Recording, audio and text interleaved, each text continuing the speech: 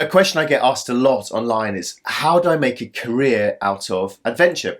So I thought I'd sit down and share a few thoughts, but as I started wondering about what to say, I realised it's actually quite a lot to talk about, which is why I've had to resort to a very official looking clipboard with some notes and even a pencil behind my ear and an Avengers pencil. So this is the thoughts I want to share about trying to make a career out of adventure. So what I'm going to do is I'm going to start by asking you some questions to see whether you actually want to try and make a living out of adventure, or whether you really just want to go and have adventures, and they are very different things.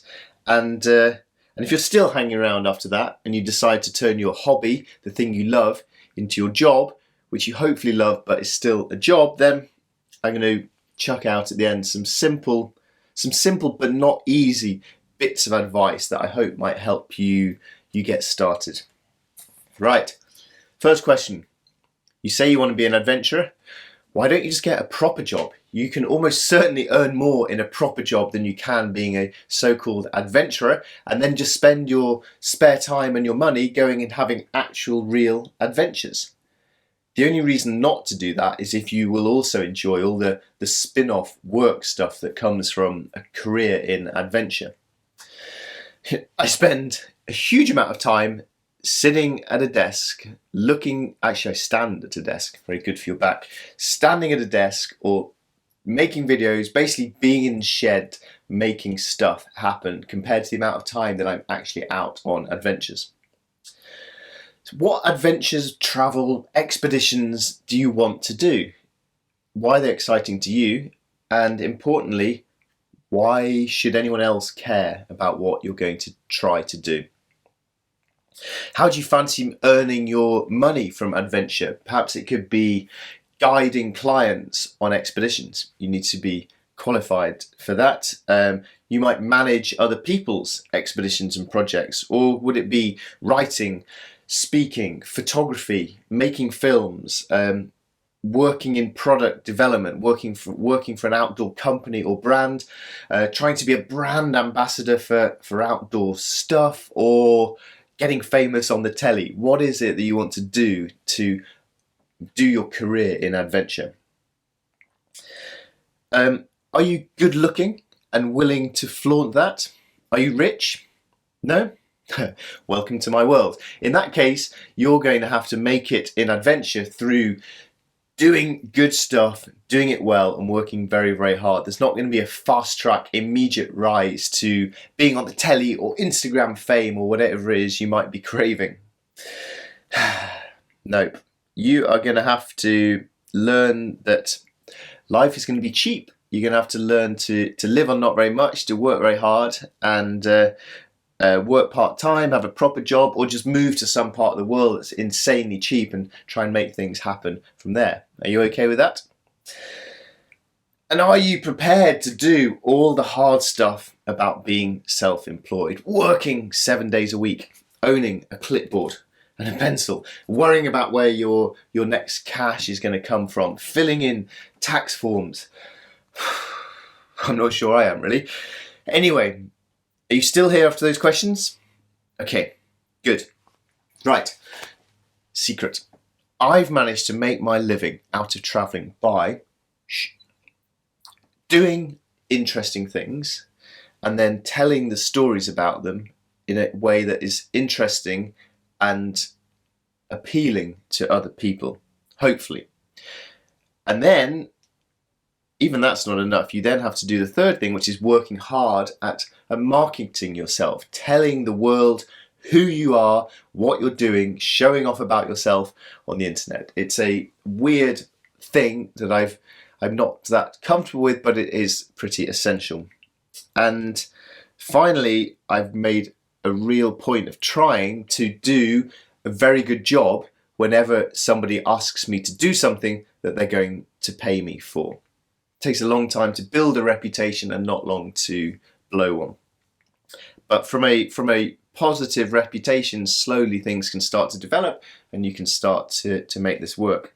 But None of this. It never occurred to me to try and make a living out of adventure, as in to actually earn my money from adventure, until I had gone to live for a year in rural Africa, been on 3 bike trips of 3 months each, spent 3 months volunteering and traveling around Asia, writing for my university travel magazine, writing 2 books, only one of which has ever been published, doing 300 talks unpaid to get good at speaking, and spending 4 years cycling around the world. Only after those things did it cross my mind to begin to set off down the long journey towards the road, towards maybe one day trying to earn my living from so-called adventure, which ironically these days doesn't really involve me being on adventures. It involves me sitting in my little shed talking at my camera there. So in other words, like pretty much any other career, I'd served my apprenticeship. I built up experience, I built up a bit of a reputation, I built up some contacts, and only then was I able to start earning any cash at all, really. So how do I get my money?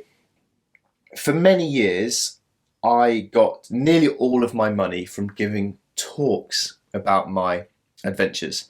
As I said, I gave 300 free talks first while I was cycling around the world, raising money for a charity and occasionally getting myself a bed for the night. And then when I wanted to start earning money, I began that by giving talks in local schools, free for a few. And then once I got a couple of references and a couple of recommendations to other schools, charging a little. Knowing how much to charge is impossible. Think of a number, 50 quid, go do a talk. If they like it, go to your next talk, charge 75 quid. Increase it little by little by little until you gradually meet resistance. That's how you learn what you're worth to the market, what your story is worth. So do a load of school talks, get references from the school saying, oh, what a wonderful talk. And secondly, importantly, ask that school to pass you on to their pals in another school. Cold calling is a nightmare. Working through people who know someone who knows someone who knows someone seems to be how the world gets going. Excuse me, clipboard. The next step from schools talks, it took me many years to get my foot in the door of corporate speaking, giving talks to businesses.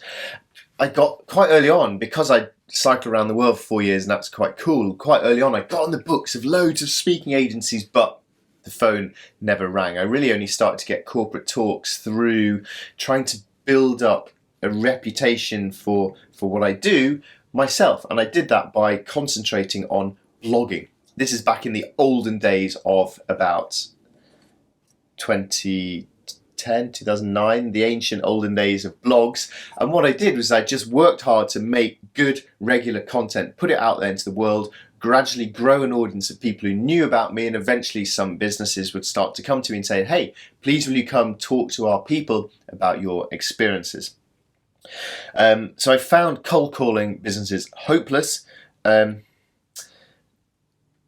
Speaking, though, has been what has made this life viable. I also write books. I've published 9 books. My first book that I wrote never saw the light of day because it was rubbish. And I've got 2 more books about to be published, and I've just started another book. So I write a lot of books. But even with those, there's absolutely no way I could come close to living from that. You make very little money from writing. I used to write maybe a dozen articles a year for magazines that would pay a few £100s at a time. They are hard to get and increasingly hard to get paid for doing them.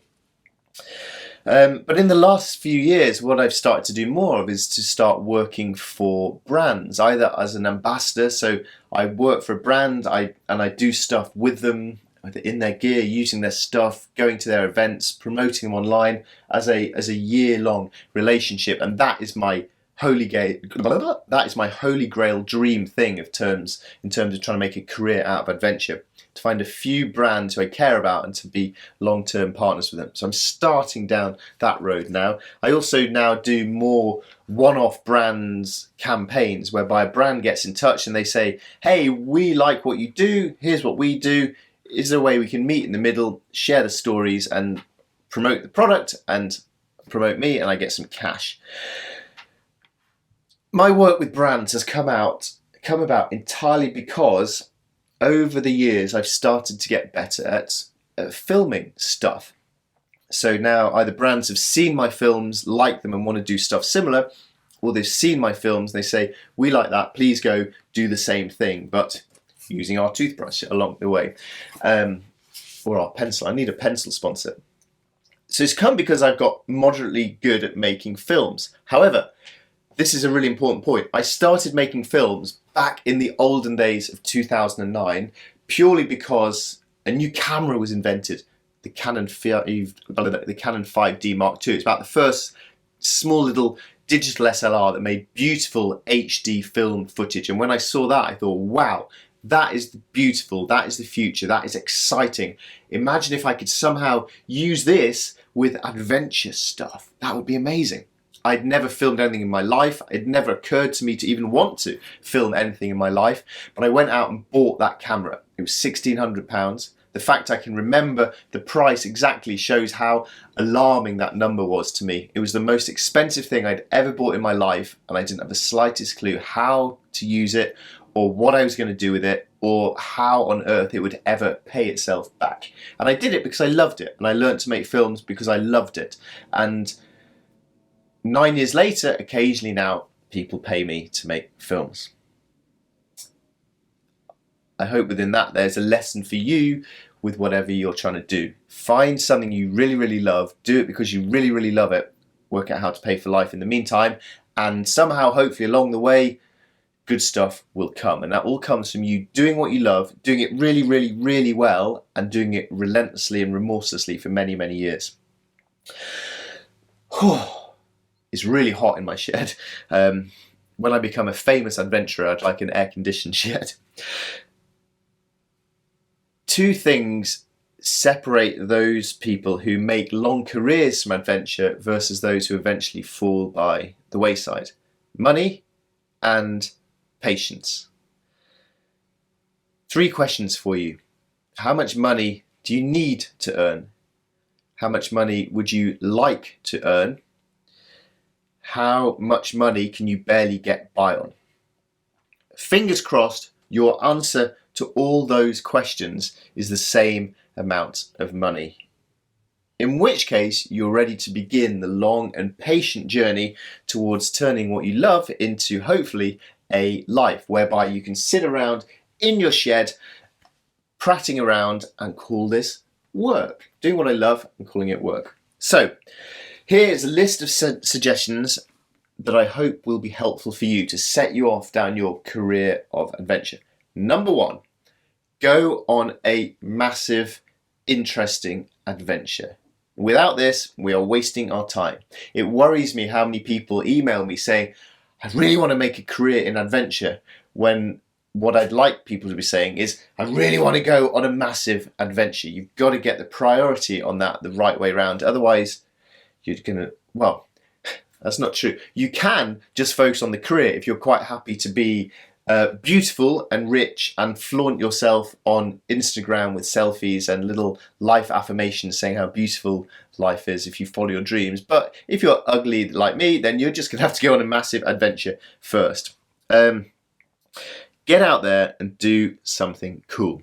Number 2, work out how to tell that story well. There's so many ways to tell a story. You can look at those who tell good stories already. Even better, think of a new way yourself to tell that story. But we're all so bombarded with average, mediocre online information and content. Look at yourself. You are now, whatever we are, 7 minutes down this rabbit hole of watching me rabbiting on. Proof in point. Turn off this nonsense, go do something. So how are you going to do something that makes you stand out? Number 3, Become an authority in your niche. Whatever little niche of adventure and storytelling you choose to do, try and become one of the best at that and become an authority on it. Become someone who can help other people within that. Engage in conversations with other people doing the same sort of stuff that you are.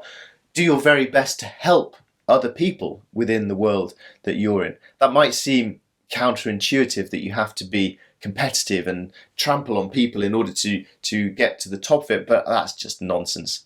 And even if it wasn't nonsense, it's a daft way to live your life.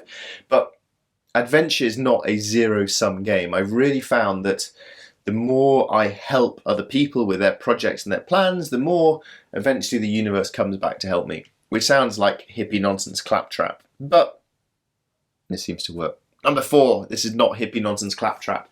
Start building an email list today.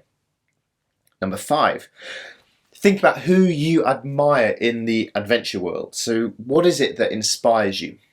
Are they amazing at the expeditions, the exploits that they do?